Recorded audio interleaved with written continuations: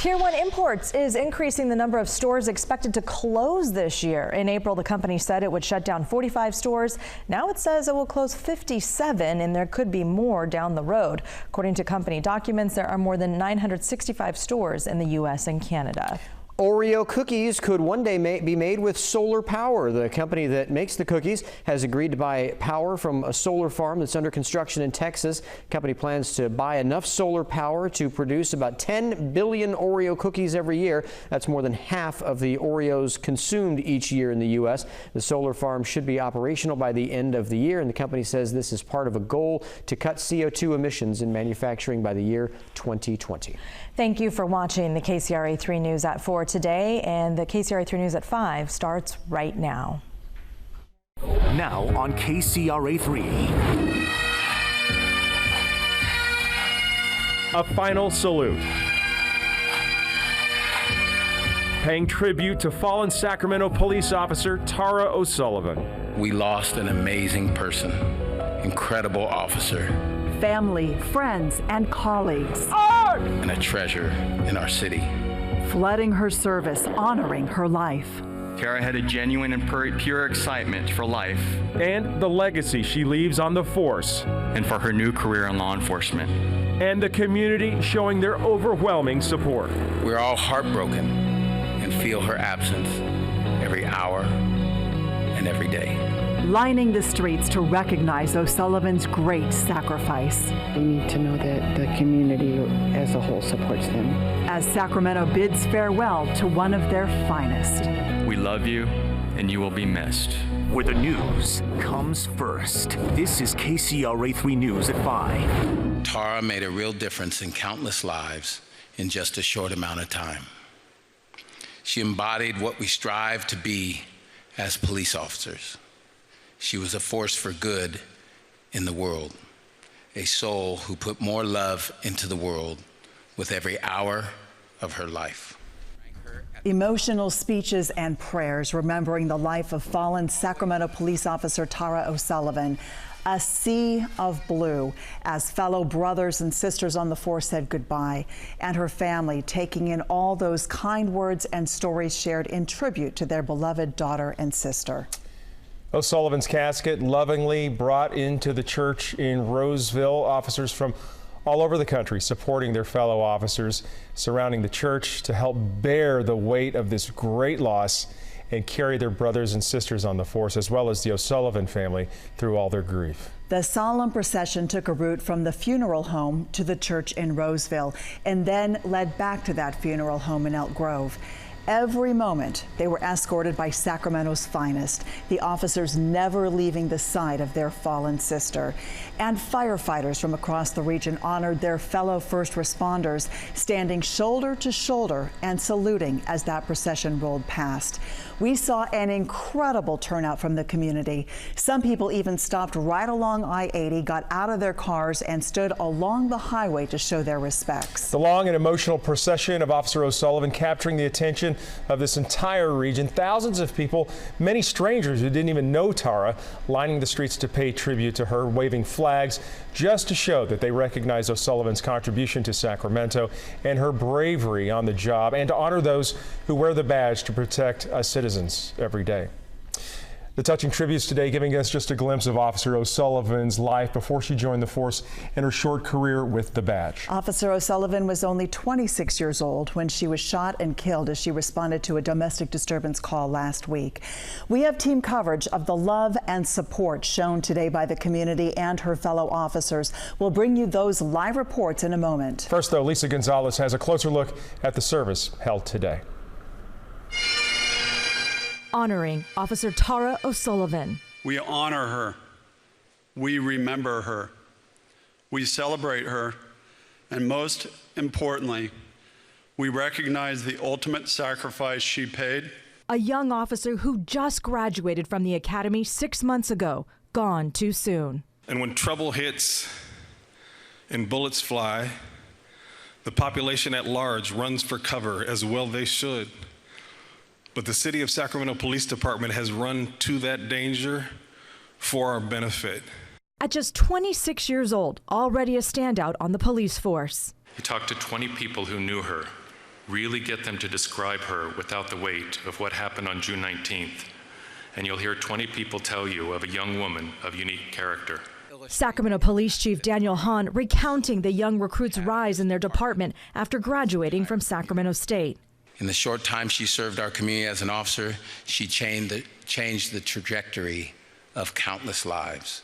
As a young girl growing up in the Bay Area, criminal justice was always her goal. She wanted to be a police officer ever since she was a young girl, speaking of it often over the years. When the reality that she was truly heading for a life of service as an officer materialized, she was over the moon. And that was Lisa Gonzalez reporting. In addition to eloquent tributes from those who helped shape Officer O'Sullivan's career, we also heard from strangers who had come from across the country for the End of Watch tribute. KCRA 3's Vicki Gonzalez has the emotional remarks. Bayside Adventure Church. Overflowing with strangers across the state and country.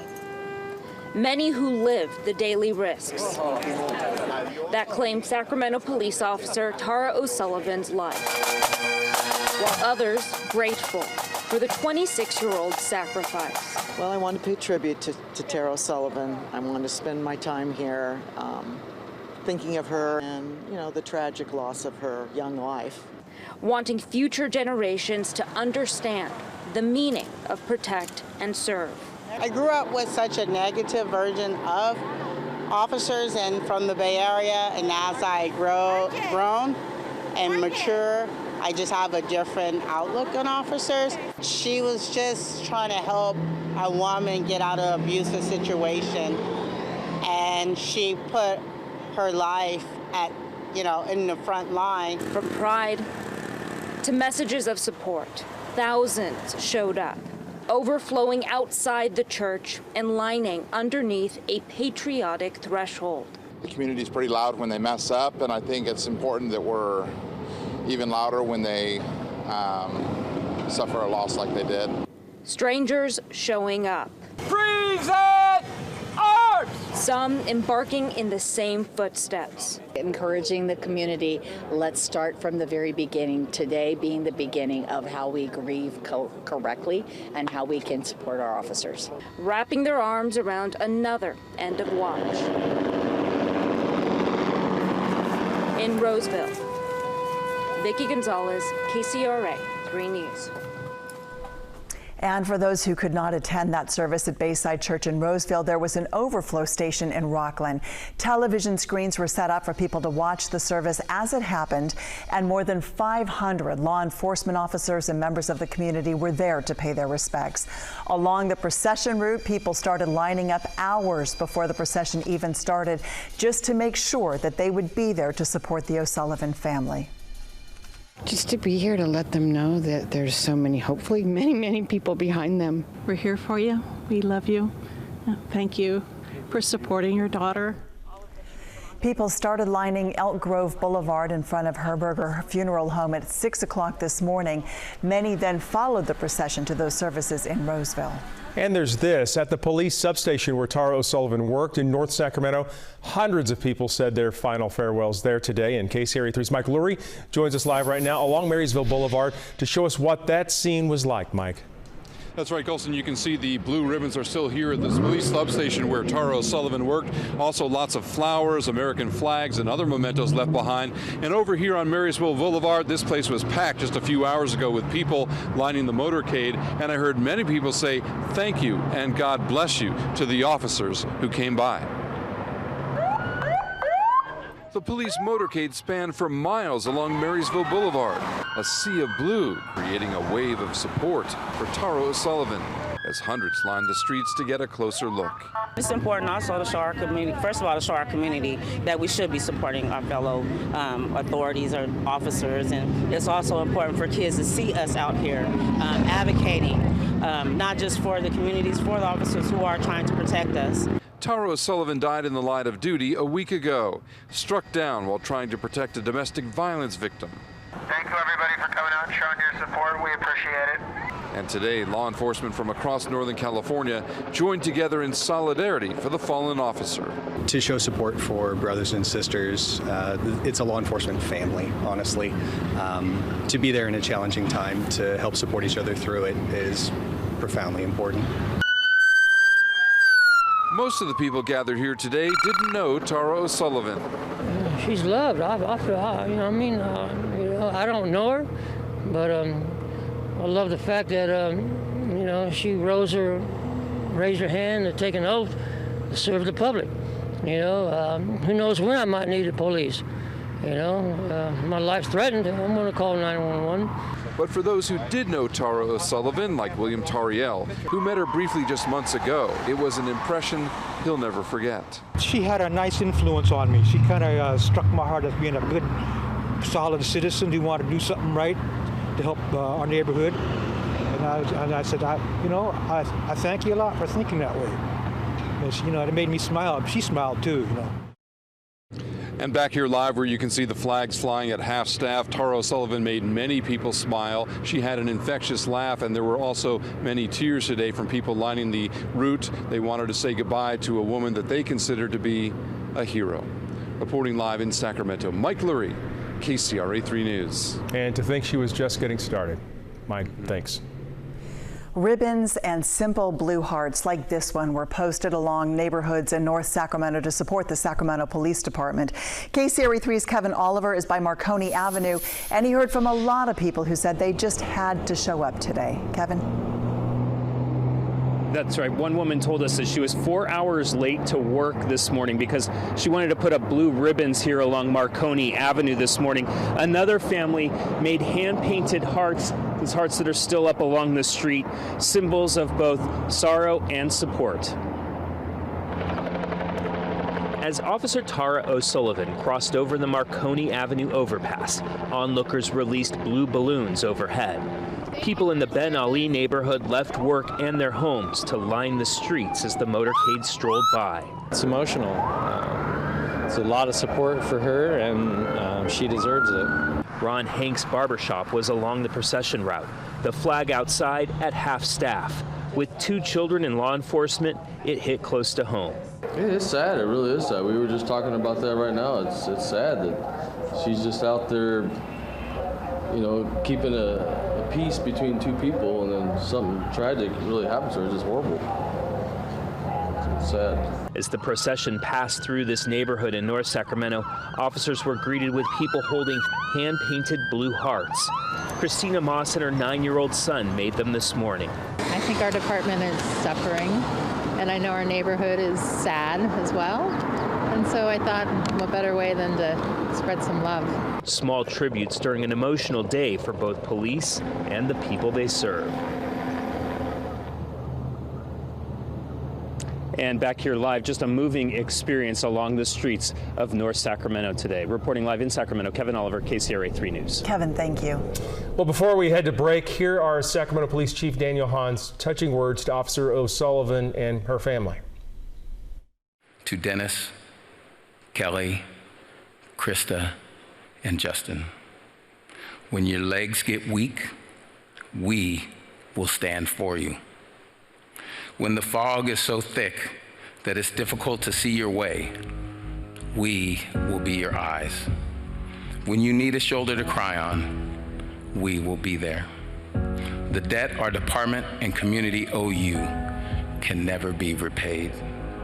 We are forever humbled by the enormity of your sacrifice. You are part of our family, and we will forever have your 6. Angel Officer Tara Christina O'Sullivan, thank you for your selfless service to all of us. Rest in peace. We've got it from here.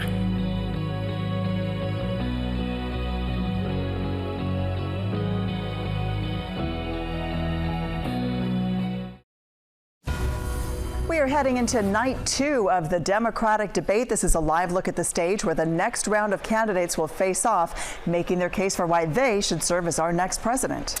Well, it's a crowded field for the left. The second group of 10 candidates, including former Vice President Joe Biden, who's considered the front runner at this point, along with California Senator Kamala Harris and Bernie Sanders of Vermont.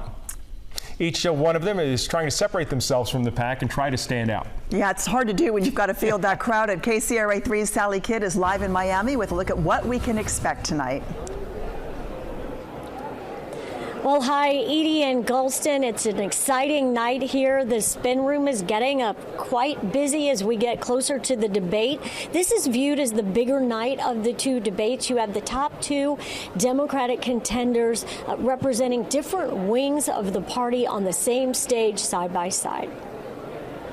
It's round two for the Democrats, and the heavy hitters are up. A lot of these guys don't have the faintest chance in the world unless Biden really falls flat on his face.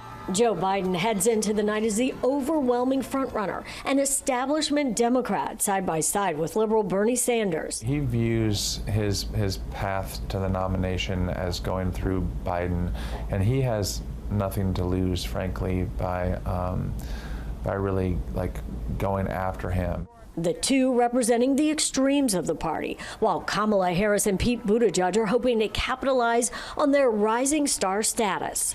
I followed Kamala Harris, and I like what she says, many of the things, the positions she has. Voters we spoke with say they want the focus to be on the issues they care about. Number one is taxes, number two is immigration. Definitely immigration, immigration. The DNC downplaying expectations. It's a big deal, but I think it's getting a little overhyped. We like to say it's like a warm-up because we're going to have 11 more of these. The RNC predicting voters will see more of the same. It's going to be a free-for-all. Everything is free for all. I mean, that's the Democrat mantra right now. No way to pay for it. Everybody gets free stuff. And when I look at it, when you add last night and tonight together, it's going to turn out to be a 4-hour infomercial for why Donald Trump should be reelected. And one of the big questions is whether we'll hear much about Donald Trump tonight. Last night, the candidates stuck mostly to their political differences. We didn't hear Trump's name mentioned much at all. So we'll see if that translates over to tonight. Edie? Yeah, it's really a different field of candidates tonight, Sally. What else should we be looking out for? Well, of course, Senator Kamala Harris, her poll numbers have slipped recently, so people will be watching to see if she can have a solid performance and gain some additional support in the polls, as well as some of the even lower polling candidates, people like Senator Kirsten Gillibrand or Governor John Hickenlooper. These are candidates with a lot of political experience. They have strong campaign structures, but they haven't been doing well in the polls, so tonight will be a night where they will need to get some kind of traction if they want to keep moving forward. Back to you. Yeah, we'll see if anyone tries to break through or if anyone makes a misstep, which is always a big risk on the big stage. So, Sally, thanks for that. And we will be covering all of this for you. This is a look right now at the lineup. You can watch the debate here on KCRA 3 starting at 6 p.m. And then right afterward at 8, KCRA 3 will host Commitment 2020, The California Effect. We'll bring you live analysis from top political experts and reaction from a panel of California voters. Other news out of Washington, D.C., the Supreme Court rules against adding a citizenship question to the U.S. Census. The Trump administration had argued that it was necessary to get a truer snapshot of the population, but opponents called that a thinly disguised effort to scare undocumented immigrants. More than a dozen states argued that it would lead to undercounting of areas with high immigrant and Latino populations, which are also likely Democratic voters. The president is now asking to delay the census while lawyers try to address the court's decision. The Democratic-controlled House voting in favor of the Republican-led Senate immigration measure. The $4.6 billion bill aims to ease overcrowding at migrant facilities at the southern border and care for unaccompanied migrant children. Border Patrol reported apprehending nearly 133,000 people, and that was just last month. As for the president, Donald Trump says that he signaled that he would sign that bill. Turning now to the KCRA 3 forecast, and let's start with a live look at conditions in Sacramento and up in Lake Tahoe. Of course, we're enjoying cooler temperatures today in the valley, and it's just been so comfortable. Let's check in with our meteorologist, Tamara Berg. Yeah, pleasant afternoon. That's a great way to shape it up. Temperatures are still trending below average for this time of year. And let's take you outside. We're seeing the cloud cover here over Sacramento, the downtown landscape right now. Feeling a touch humid as well with that cloud cover in place. Temperature is currently at 78 degrees. Winds reported calm currently in Sacramento, the executive airport. In Stockton right now, we're seeing hazy sunshine, 79 degrees, and we have northwest winds steady at 10 miles per hour. And feeling a bit of that breeze also trickling down into Modesto. Hazy sunshine, 80 degrees with northwest winds at 13. In Fairfield, current temperature is 76 degrees, and you can see that wind turbine off in the distance getting a nice little push from those southwest winds, steady at 18. And we've had gusts reported up and over 20 in some spots there around Solano County. It's also been very gusty in the mountains this afternoon. Although the southwest wind is steady at 9 currently, we've had gusts reported up to 30 to 35 miles per hour from the north shore to the south shore. Heading out tonight for some activities outdoors. 7 o'clock in the evening, we'll be in the upper 70s under partly sunny skies. As we head through the rest of the evening, expect to see more clouds kind of stream in, especially by 11 o'clock tonight and around midnight as that temperature dives down into the lower 60s. Satellite view, we've had a few clouds push into the picture today, again creating a kind of a humid field in some spots this afternoon. We've got our weather system that continues to spin over the Pacific Northwest, and as it does so, it will continue to throw us some clouds on occasion, and we will see those clouds really steer in through the evening hours, and we'll start out tomorrow morning on the cloudy side in most areas. In South Lake Tahoe, temperature will get up to about 65 for your Friday, 70 around Arnold and Twainhart.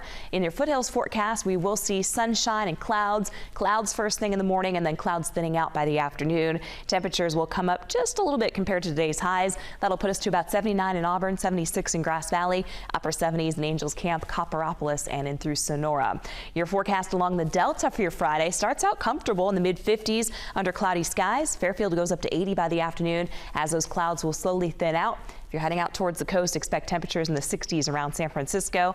84 in Manteca for your Friday afternoon. Farmington and Stockton hitting highs in the mid-80s, and temperatures coming up a little bit for the afternoon tomorrow in Sacramento, Yuba City, and Roseville. Highs will peak in the mid-80s range. 7-day forecast shows just a subtle but gradual warming trend. 85 for tomorrow, upper 80s Saturday. Average this time of year is 91. We'll get back closer to average by Sunday, and then of course a lot of folks are eyeing the holiday next week on Thursday with the 4th of July. It's going to be pretty warm outside, but it's manageable. At least it's not triple digits. It's been a great run this week. It has certainly been. Yes. All right, thanks, Tamara.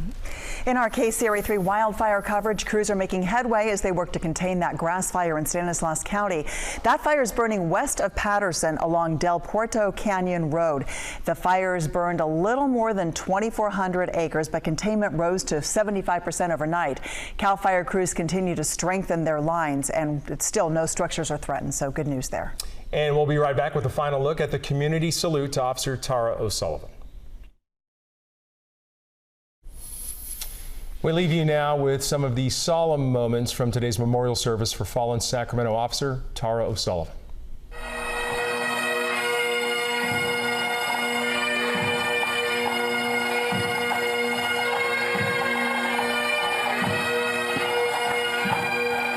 Charles 28, Officer O'Sullivan. Charles 28, Officer O'Sullivan.